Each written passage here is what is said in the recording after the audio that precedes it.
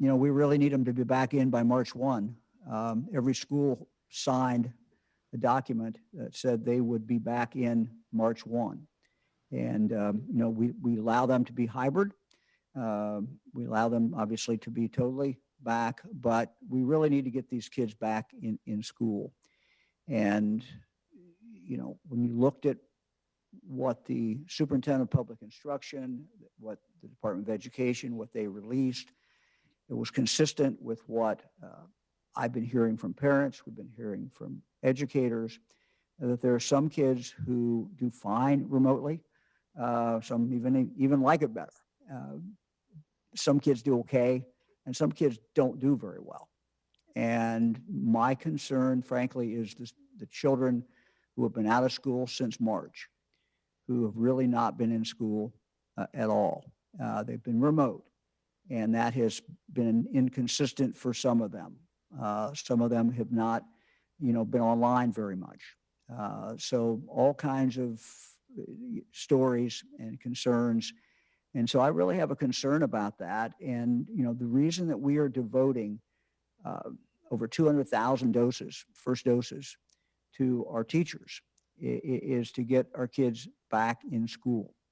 This is a major commitment, but we know that many kids are not getting the socialization they need. Some children are having mental health problems because of this, and that's not to even talk about the academic challenges. So there's a lot of reasons to put kids back in school. Now, if a parent doesn't want their child back in school, that's the parent's decision. That's the family's decision. We respect that. But I would hope that these schools would look at this and say, this is something we can do. And, we know so much more today than we knew when this started. We had no idea how powerful masks could be. I started hearing about it. We put an order on, and I know a lot of people were saying, hey, DeWine's crazy. You're going to compel kindergarten kids to wear masks. And we did that. And what we found is that kids could, by and large, some exceptions, but by and large can wear masks, and they're fine.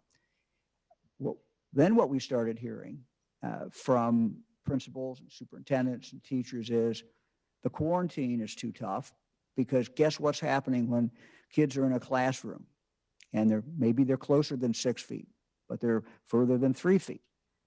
And CDC was requiring these children to be, their guideline was that if somebody came down with COVID in the classroom, anybody that was close to that, within 6 feet, closer than 6 feet, needed to be quarantined.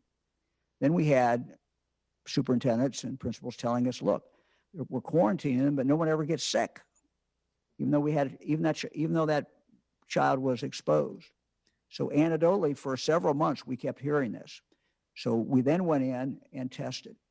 And what we found is that it was consistent with what some testing that's been done on the national level in the schools, is that the spread in schools is not very much in the classroom.